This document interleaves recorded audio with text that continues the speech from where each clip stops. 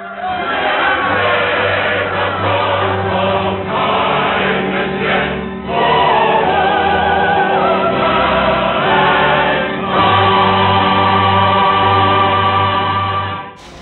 people coming for you, Katie? What about your books? Already read them.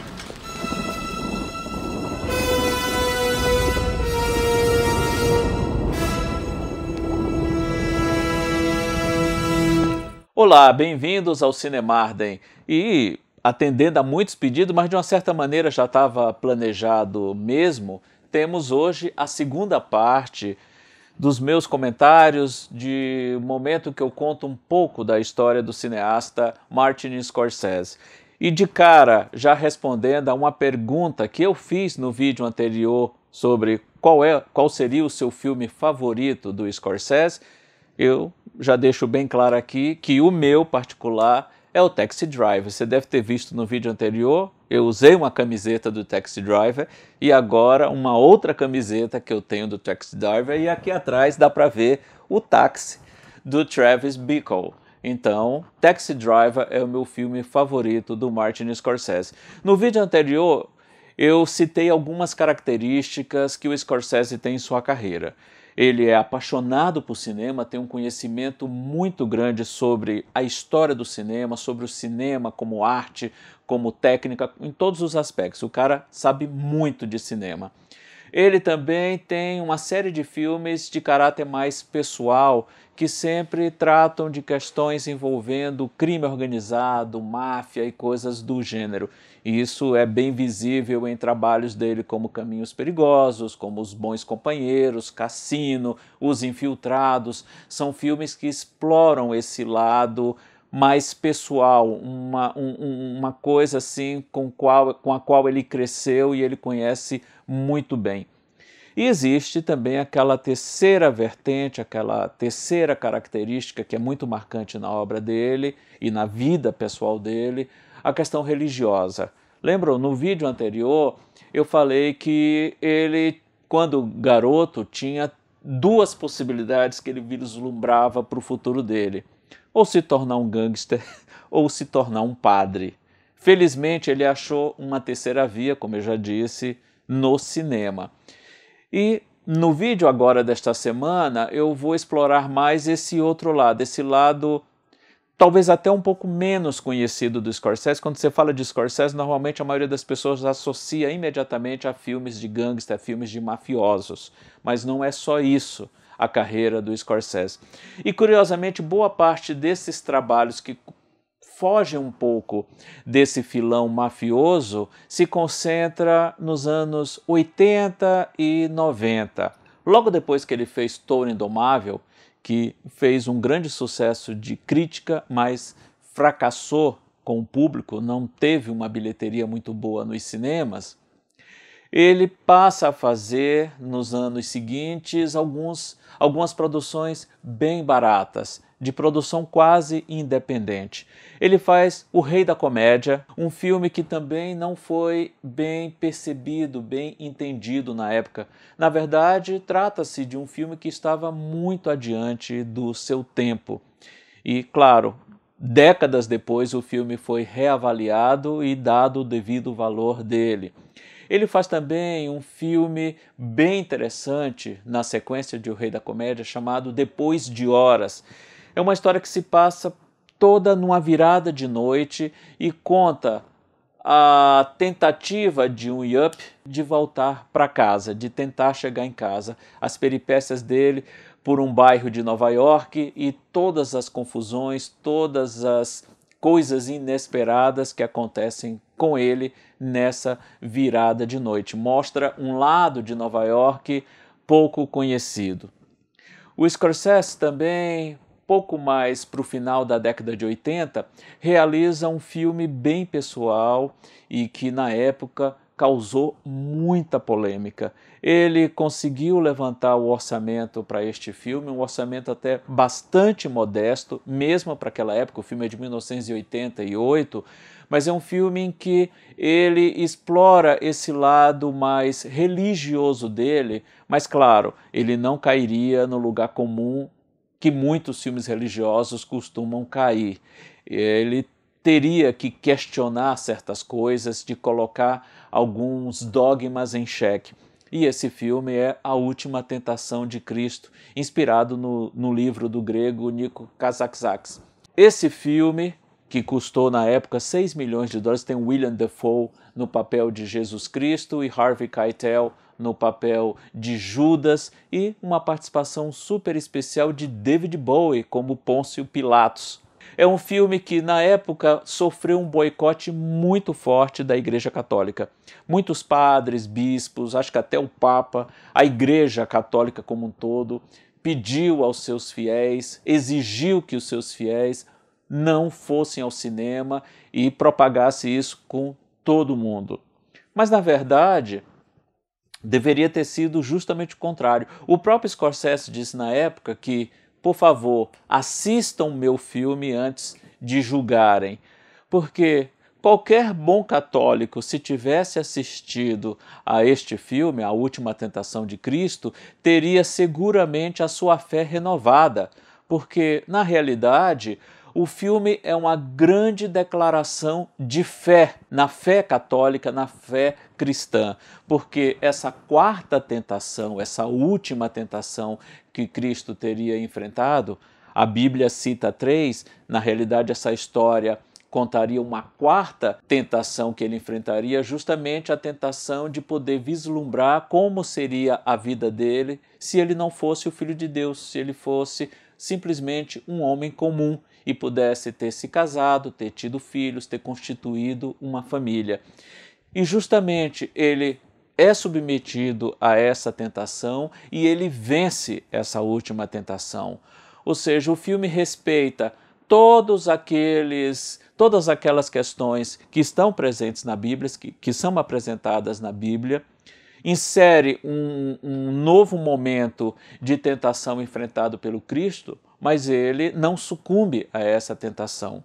Talvez possa ter incomodado o fato de Judas ser apresentado como o melhor amigo de Cristo, mas isso é uma liberdade que a história toma e que em momento algum fere a integridade do texto bíblico.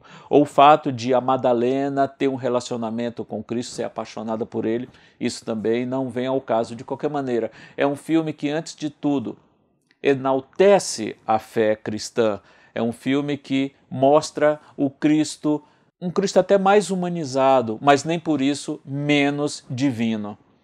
Apesar de tudo, apesar de todo esse boicote, o filme teve um retorno satisfatório nas bilheterias, até pelo baixo custo de produção que ele teve e até porque atiçou a curiosidade de muita gente, que, como a igreja proibiu, muita gente foi conferir para ver se realmente era tão feio assim como estavam pregando. O Scorsese continuou explorando outros formatos. Tem um caso até bem curioso que aconteceu com ele no finalzinho dos anos 80, antes de ele fazer Os Bons Companheiros, que é de 1990. Billy Wilder, o grande Billy Wilder, tinha o projeto de A Lista de Schindler para dirigir e terminou abrindo mão, desistindo por conta da idade, de uma série de problemas, ele desistiu. O projeto foi parar nas mãos do Scorsese, que chegou a se envolver com o projeto de adaptar a história que hoje a gente conhece como A Lista de Schindler. O Spielberg ficou sabendo disso, sabia que esse projeto estava em poder do Scorsese e fez uma proposta, pediu que o Scorsese cedesse esse filme para ele fazer e, em troca, ele produziria o filme seguinte dele. Scorsese acabava de ter lançado Os Bons Companheiros em 1990, abriu mão de realizar A Lista de Schindler, que terminou sendo feita pelo Spielberg e lançada em 1993, ganhou o Oscar de melhor filme. O Spielberg ganhou seu tão aguardado e sonhado Oscar de melhor direção por este filme e, nesse meio tempo, produziu O Cabo do Medo, que é uma refilmagem de um filme do comecinho dos anos 60, O Círculo do Medo. O Scorsese pegou aquela história e modernizou, deu um clima mais tenso ainda do que o filme original tinha e Até aquele momento, este filme, O Cabo do Medo, se transformou na maior bilheteria, no maior sucesso de público do Scorsese e deixou o nome dele novamente em alta em Hollywood. Ele vinha do sucesso de Os Bons Companheiros, emplacou um outro grande sucesso na sequência e isso, claro, permitiu que ele realizasse o Cassino na sequência. Então não posso esquecer que também antes do sucesso de Os Bons Companheiros e mesmo antes de A Última Tentação de Cristo, um outro filme um filme de encomenda, é verdade, mas um filme bem interessante chamado A Cor do Dinheiro, que deu o único Oscar de melhor ator para o Paul Newman. Como eu disse, foi um filme de encomenda que tinha à frente do elenco Paul Newman e o Tom Cruise, que era um astro em ascensão na época, e era uma espécie de continuação de um filme de grande sucesso do final dos anos 50, começo dos anos 60, O Desafio à Corrupção. Voltando para a década de 90, depois do sucesso de Cabo do Medo, o Scorsese presta uma grande homenagem a um dos seus diretores favoritos, Luchino Visconti, e realiza Na Época da Inocência, que é um filme, antes de tudo, lindíssimo de ver e que conta uma história visivelmente inspirada, por exemplo, em Sedução da Carne e O Leopardo, ambos do Visconti. E o filme tem uma sequência muito bonita e extremamente sensual. E olha, o filme não tem nenhuma cena de nudez, mas nesse filme tem uma sequência em que a Michelle Pfeiffer tira a luva de uma das mãos e, por mais estranho ou incrível que isso possa parecer, é uma cena de extrema sensualidade, é como se ela estivesse se despindo por inteiro. E aí, depois de A Época da Inocência, ele faz o Cassino, que a gente já conversou sobre ele no programa anterior. E ele, dentro dessa veia religiosa, ele realiza um outro trabalho, também por encomenda, chamado Kudum, que é sobre uma possível reencarnação do Dalai Lama. O Scorsese sempre foi um diretor extremamente inquieto, sempre procurou trabalhar com muitos gêneros cinematográficos. Claro, ele sempre se sai muito bem quando ele está explorando um terreno que ele conhece bem, quando ele pode incorporar lembranças da infância e da adolescência dele, como a vida que ele tinha no bairro de Little Italy. Mas é um diretor tão talentoso, um cineasta tão criativo, tão ousado, que qualquer material que caia na mão dele fica bom.